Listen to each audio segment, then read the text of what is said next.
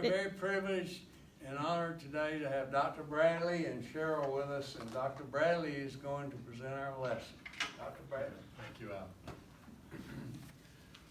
Well, seeing as how you just passed out the quarterlies, I won't ask how many studied their lesson. Oh, what a joy it is to be back together. Nancy, thank you for doing the video for those who can't be with us today. But I'm glad you are here on this great, well, Mother's Day. But you and I know what that means for all of our class. So I brought a special writing that I want to use maybe in my book that I'm trying to put together. Will be finished probably in 2050. If I live so long. Well, this is called A Mother's Love. A mother wrote, "I was walking with my 4-year-old daughter. She picked up something from the ground and started to put it in her mouth. I took the item away from her as I asked her not to do that." "Why?" the daughter asked. "Because it's been lying on the ground outside. You don't know where it's been. It's dirty and probably has germs." At this point, my daughter looked at me with total admiration, asking, "Wow, how do you know all this stuff?" "All moms," she said, "know this stuff. It's on the mommy test. You have to know it or they don't let you be a mommy." After we walked along in silence for a minute or so, she was evidently pondering this new information. "Oh, I get it," she beamed. "If you don't pass the test, you have to be a daddy."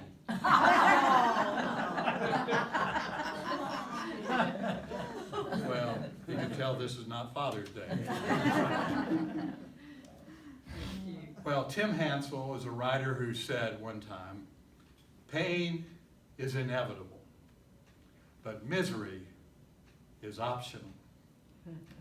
Probably every one of us at some time or other in our short lifetimes have experienced pain. It's inevitable, for it's part of life.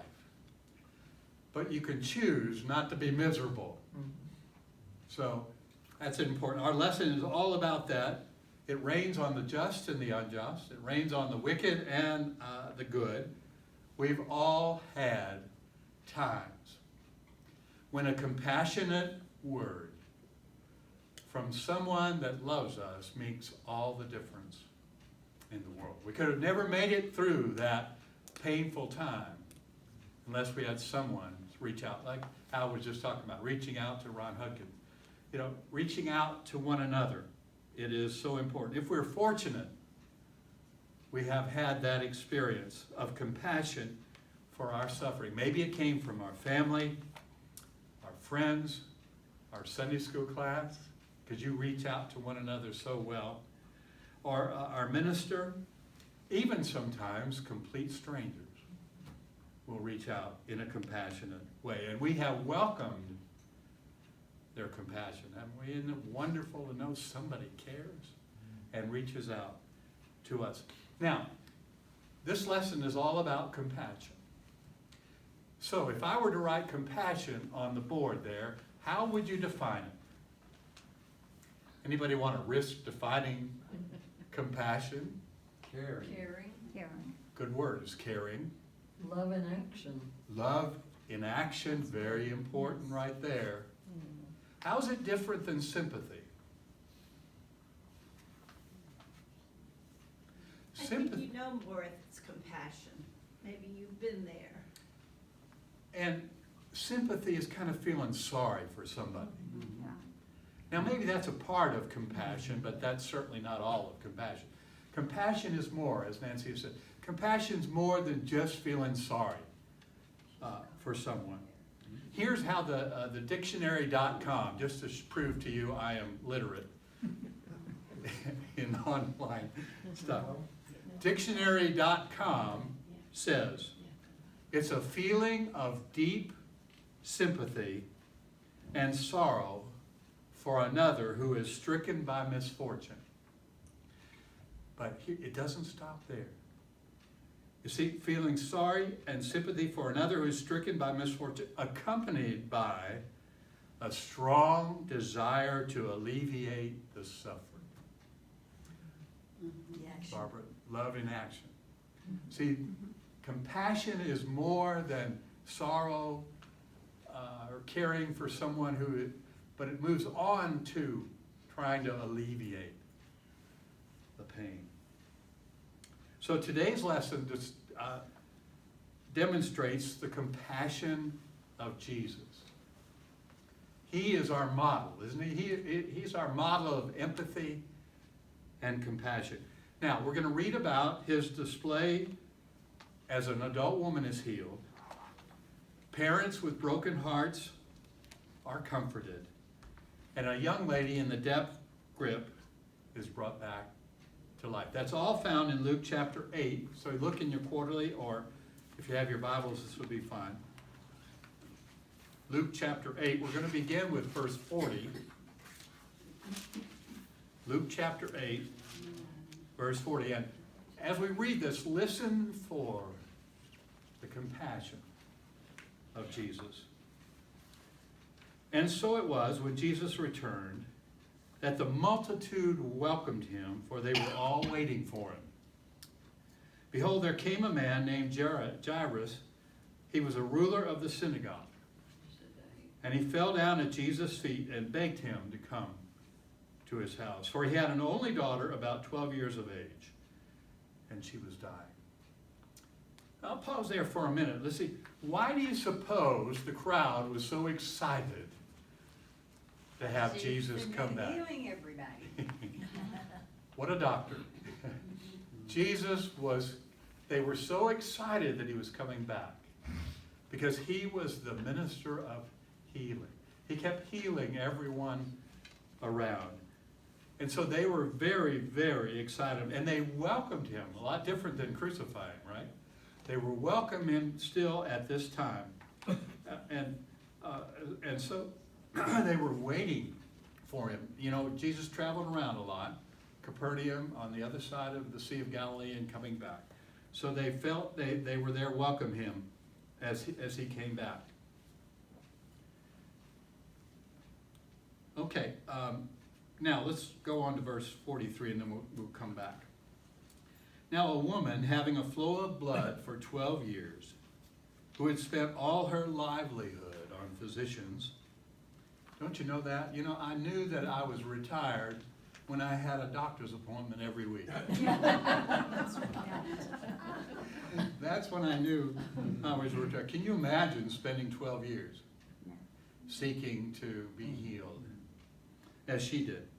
She spent all her livelihood on physicians, could not be healed by any, came from behind and touched the border of his garment, and immediately her flow of blood stopped. And Jesus said, "Who touched me?" When all denied it, Peter and those with him said, "Master, the multitude throng you and press you, and you say, 'Who touched me?'" But Jesus said, "Somebody touched me, for I perceived power going out from me." Now when the woman saw that she was not hidden, she came trembling and falling down before him. She declared to him in the presence of all the people the reason she had touched him and how she was healed immediately. And he said to her, "Daughter, be of good cheer. Your faith has made you well. Go in peace." Well, here, of course, is the compassion of Jesus for one he didn't even know, who just fought her way through the crowd and touched the hem of his garment. And the scripture says she came trembling to him. Well, first of all, how did Jesus know? How did Jesus know that something had happened? The crowd is all jostling him, right? And they're all touching him, or trying to touch him.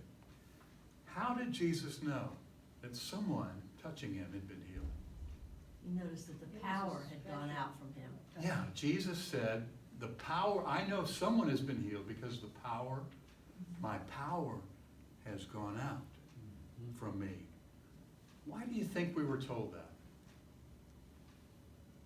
I think we were told that because we need to know the effect it had upon Jesus when he healed somebody. Sometimes we think, well, no big deal.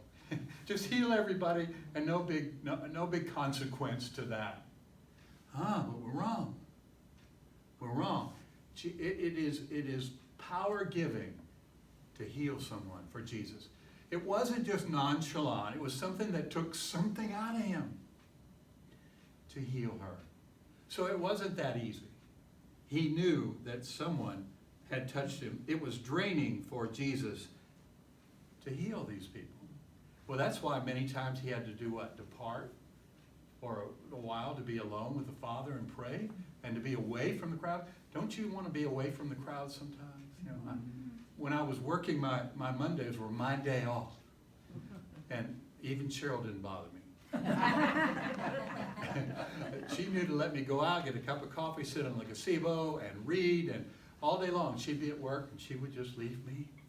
It was wonderful.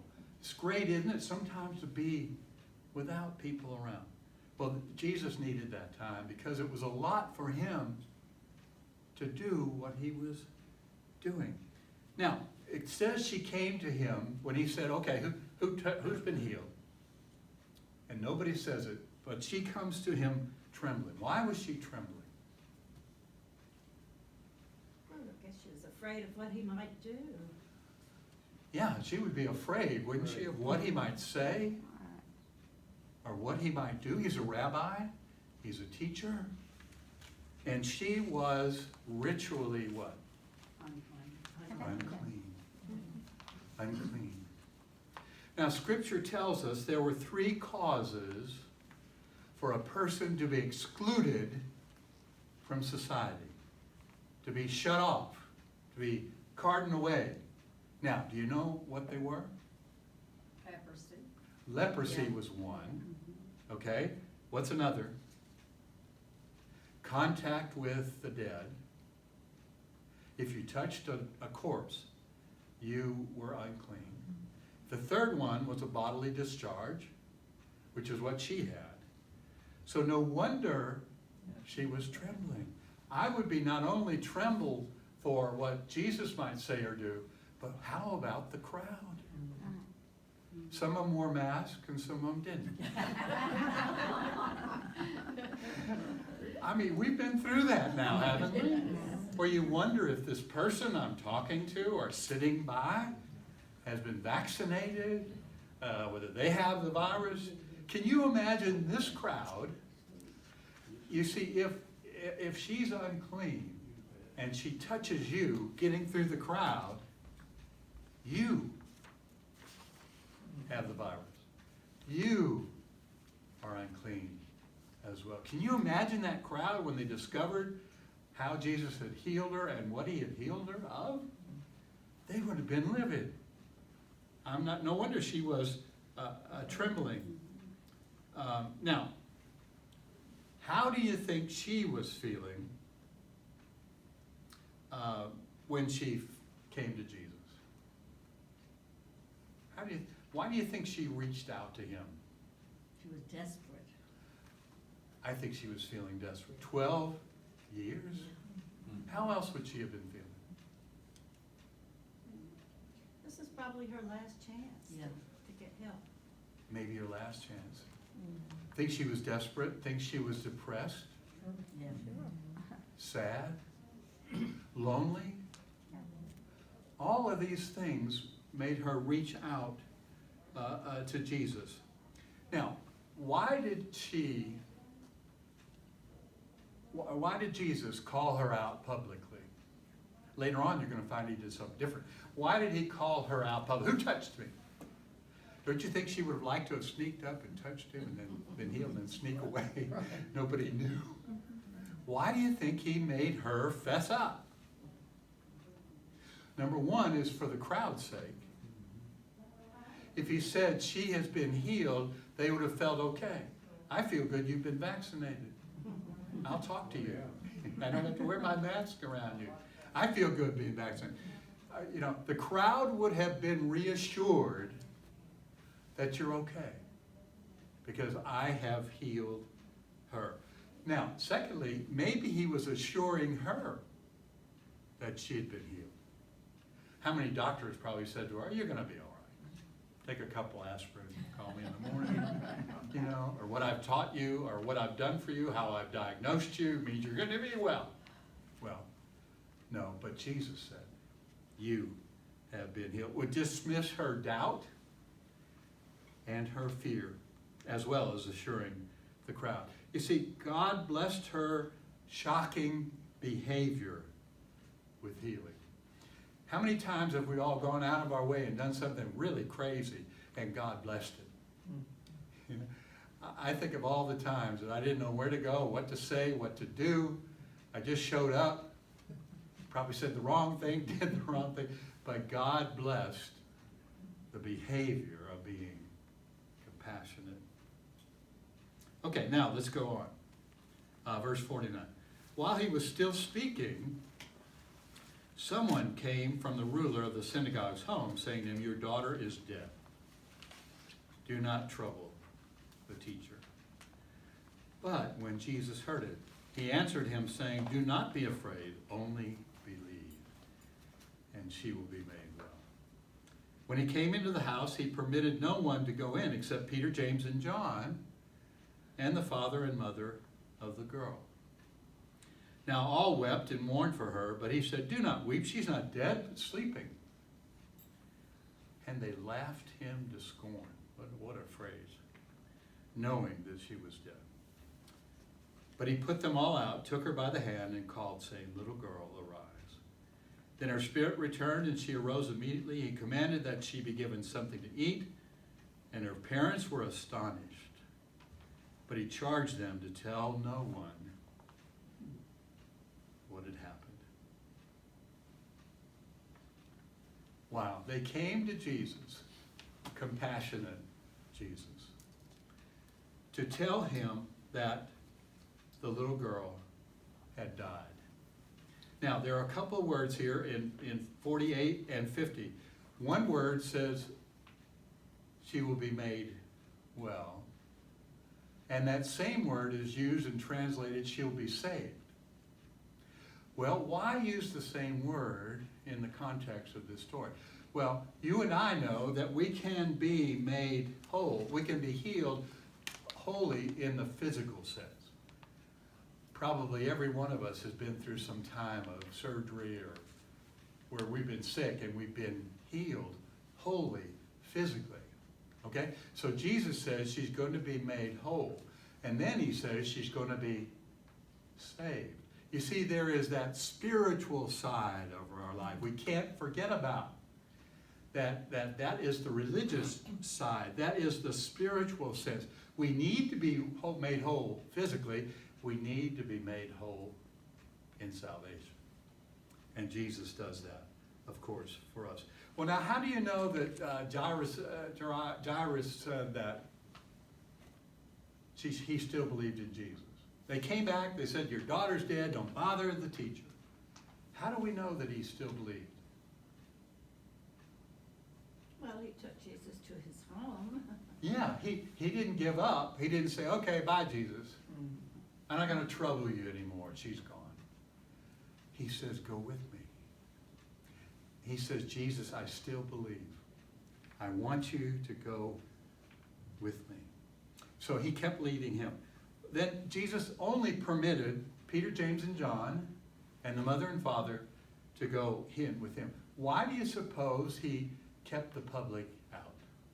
When he healed the girl, the woman, what did he do? "Hey, everybody, look, she's healed." Now what does he do? He didn't want the crowd. Yeah. And then he challenges them, "Don't tell anybody." Can you imagine keeping that to yourself? Okay, don't tell. Why? Why didn't he ask the public to come in? They were probably all there to see a miracle. Spectators.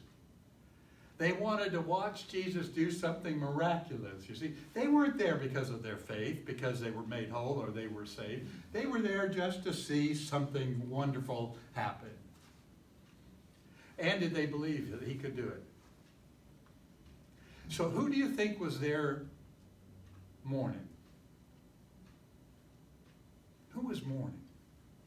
Haven't you heard that in Scripture times that the well-to-do would hire mourners to come?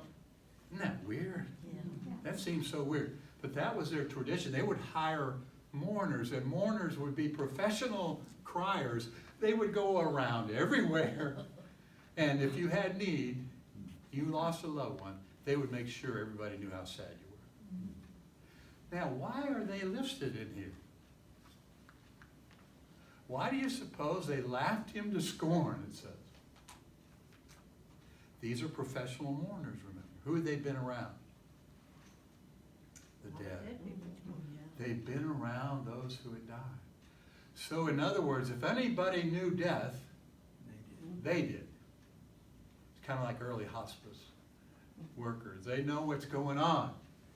So they laughed him to scorn, which is written in here, I think, to say to us, she was really dead. She was gone. They knew it.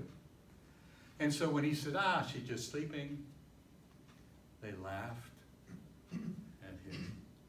Wow. You see, Jesus is not describing her physical condition when he says she's sleeping. He is predicting her return to life. She's just sleeping. Who else did they say was just sleeping when Jesus came around? You remember? He'd been in the tomb 4 days. And what does Jesus say about Lazarus? He's sleeping. He's sleeping. See, Jesus isn't dumb. He's just predicting their future, that they're coming back. Her condition, he is saying, is temporary. Lazarus' condition is temporary. So Jesus touched her hand. Isn't it interesting? She's dead and Jesus touches her. Now, in light of what we've learned earlier, how bad is that? Jesus then would become unclean. So what it's saying here is that the compassion that Jesus had for both of these will not be limited by the issues of law or tradition.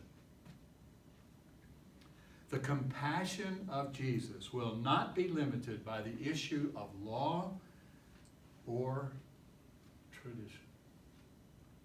So what restrains us? You know, sometimes our traditions, sometimes what we think is law, keeps us from being compassionate, empathetic.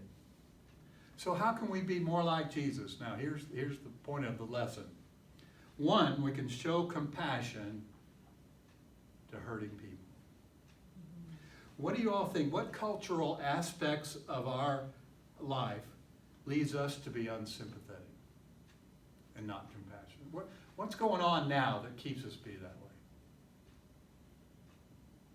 Well, like fear of getting something. We're fear of being judged by what we do.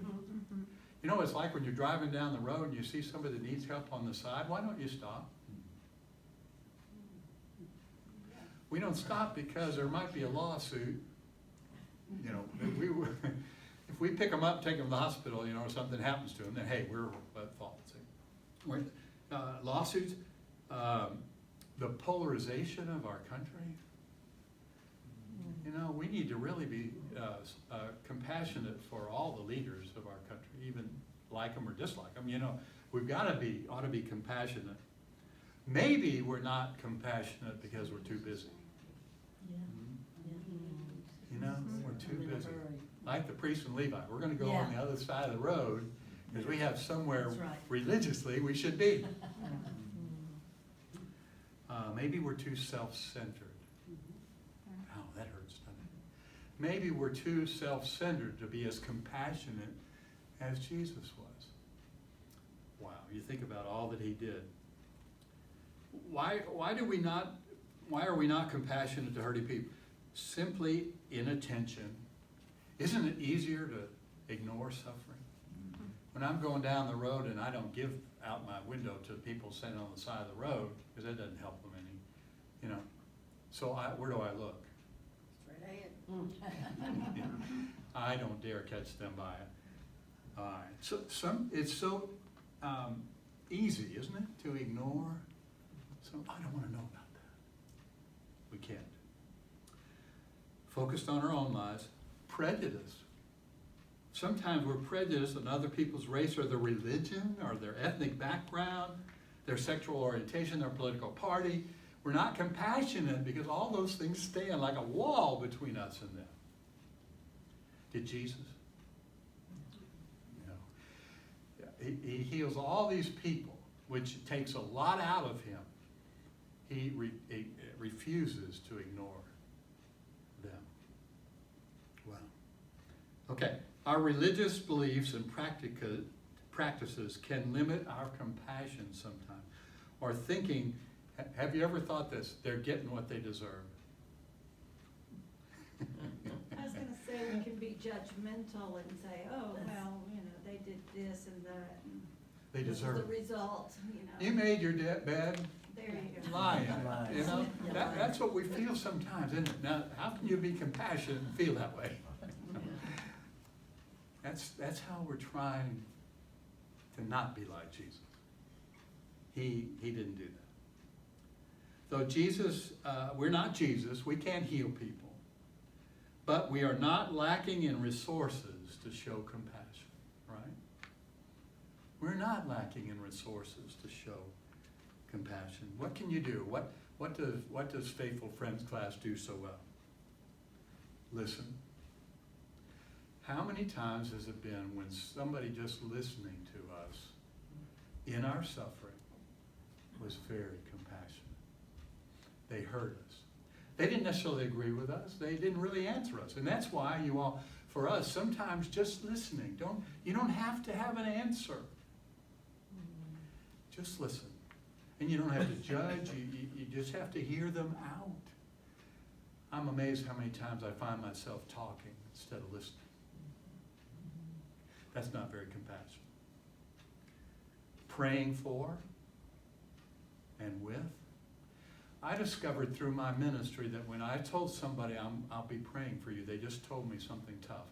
And I said, I'll be praying for you. And I'd just walk off and I'd pray for them later.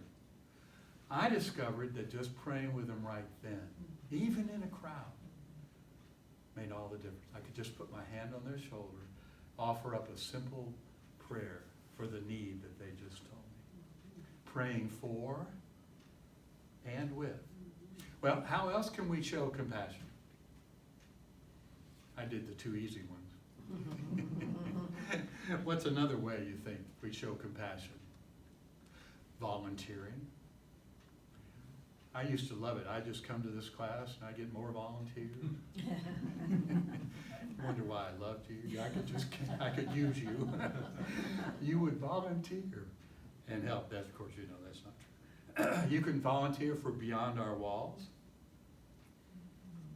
See, the church is leading in the ways, giving us ways to plug in to be compassionate. Family Promise. You say, what can you do for the homeless? Well, you can't help every homeless person in Roswell, but in Family Promise, you can volunteer and help. I love this one, Dinner with Penny and her crew. Some of you are on her crew. I know when I was laid up with my heart surgery and at the Cheryl healing place, how much that meant for the dinner to be sent to us a couple of Wednesday nights. We had to even tell him, say, no, he's better. Don't spoil him, he's better. But some of you are already on that. We can visit the hospitals. Not yet, but we will. Work at the Drake House. We sponsor things for abused women and their children. Mission trips. Like Al mentioned earlier, to play in the church golf tournament, to be a whole sponsor. Whatever ways, you see, that's giving to our foreign mission effort, to Alaska with the youth, to Haiti with the youth, to Kenya with our medical team. Wow. One thing you do great, send cards. I've been on the receiving end. Cheryl thinks I'm old because I count the number of cards I any of you all count. I count the number, but you all are so good. And you know, when you don't feel like seeing anybody, and you get that card that's encouraging, or just, I'm praying for you. At Linda's funeral, Linda Coffey, a week or so ago, her daughter Paige brought a great big bag full of Basket. cards, the Mhm. basket It was full like a of roaster. cards. It's and huge, said, yes. it was a Full. huge Of all thing, of her and I know, cards. I still have them from when Jim was sick. Isn't that- I can't throw them away, I It- just, you know. Yeah, but yet I thought about everyone that came to me, thought of the effort to go get it, Mhm. the effort to mail it, with the mail going as it is now, Yeah. to mail it, takes a lot of effort. And when you get the card, you know it did. Texting is important, emailing is important too, but not quite like, but phone calls, Al's already mentioned one. Phone calls that have come in to say, we're encouraging you, how you doing, you doing okay? You know, that's easy, it doesn't have to be a long call. You know, you think, oh, I don't have another half hour. Unless it's to me, I may talk your ear off. Okay. But I'll try not to do that. See, what we're talking about is the compassion of Jesus flowing through us. And that's what these stories are reminding us of, that if we want to be more like Jesus, it's to be more compassionate. And I think we can all even be more loving and more compassionate than we are, even though we might be doing pretty well with that. You know, this isn't a story about how good you're doing. It's about, you know, can you do a little more? And the great thing about love, as you know, is you can never fully deplete your source. You can never run out of love. You give love away, and what does Jesus do? He refills it. He refills it. Now, some people are naturally more compassionate than others. Sometimes we just have to take them the way they are. You know, because one of the important things to remember about this lesson is that we need to share our sadness and our need for compassion with others. I've known people who say, no need to do that, I'm fine, I'm all right. And they're not. How do you help somebody who says, I'm okay? And you see the tear in their eye, and you see the burden on their back, and you want to say, you're hurting. I want to help you. Compassion is hindered when we are ignorant of another's pain and suffering, if we don't know it. And that means, now you got to be careful with that. You know, you don't tell everybody. You don't want it where people are sad to see you walking up for fear to ask how you're doing. not everybody, but those in your class, those in your group, those in your church, those are close to you, your ministers, others, retired ministers, whatever. You know, you have to share where you're hurting in order to have them be compassionate to you. And we all need that. You know, every one of us needs it. There's no loner. You know, we need that. Second thing, people are suffering in our city. Now, every time I go away and come back home, I say, thank the Lord I live in Roswell, Georgia. I love our community. I love our church. I just love everything about this. But there are suffering people here. There are hungry people. North Fulton Charities. They're overrun with the needs of people that you and I don't see. In our nice cars, driving to our nice church, we maybe don't see them. We need to look, drive, walk around, and if we look, we'll find them. If we look. Now, I'm not sure what we do for all of them. Now, you know, okay, we can't solve everybody's problem, but to be aware of it is a beginning point. Compassion can increase in a group. You all gain strength in compassion because you're faithful friends Sunday school class. Our church grows in that. This is a compassionate church. We care about one another. Even, that's what sustained us, isn't it? Through the virus, we still care about each other. I told Dr. Ed, how do you keep a volunteer organization together when you can't be together? Oh, I said I retired at the right time.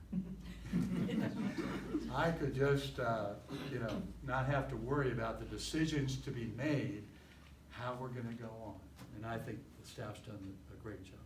So, well, we know the Drake House, there's need there. There's the North Fulton Charities, of course. Compassion increases in a group. Maybe there's other ways that you as a class could come up with a plan to add to your compassion. What personal pains have you not shared with people who care?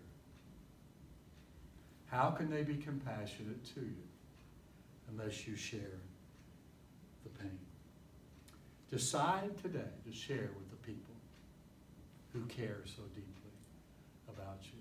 Then they can be Jesus, compassion to you. Join me as we pray.